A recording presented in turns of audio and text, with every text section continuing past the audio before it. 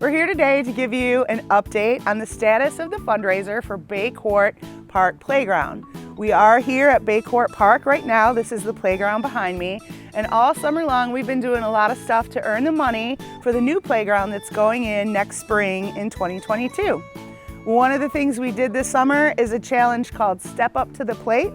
And for Step Up to the Plate, we challenged all of our youth baseball and softball players to bring in their change, collect change for about 6 weeks this summer.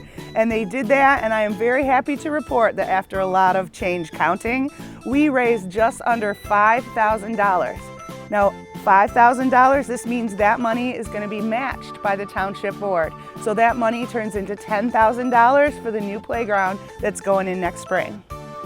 One of the other things we also did this summer was Terrific Tuesdays, and we would like to thank Genesis Credit Union for sponsoring Terrific Tuesdays.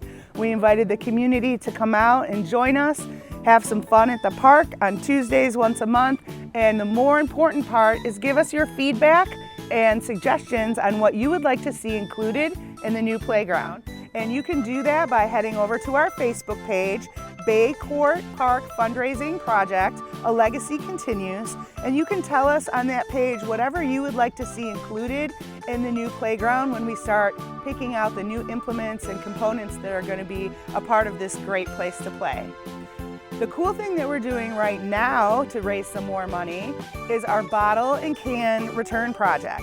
Now, this is something that we started in August, and it went so well for us that we have decided to continue it through November. So if you have bottles and cans, here's what we'd like you to do. All you need to do is go to either Bay Court Park at Brady Lodge or Clintonwood Park by the softball fields, and you can drop off your cans and bottles. Please make sure they're clean and they're inside a nice garbage bag tied up.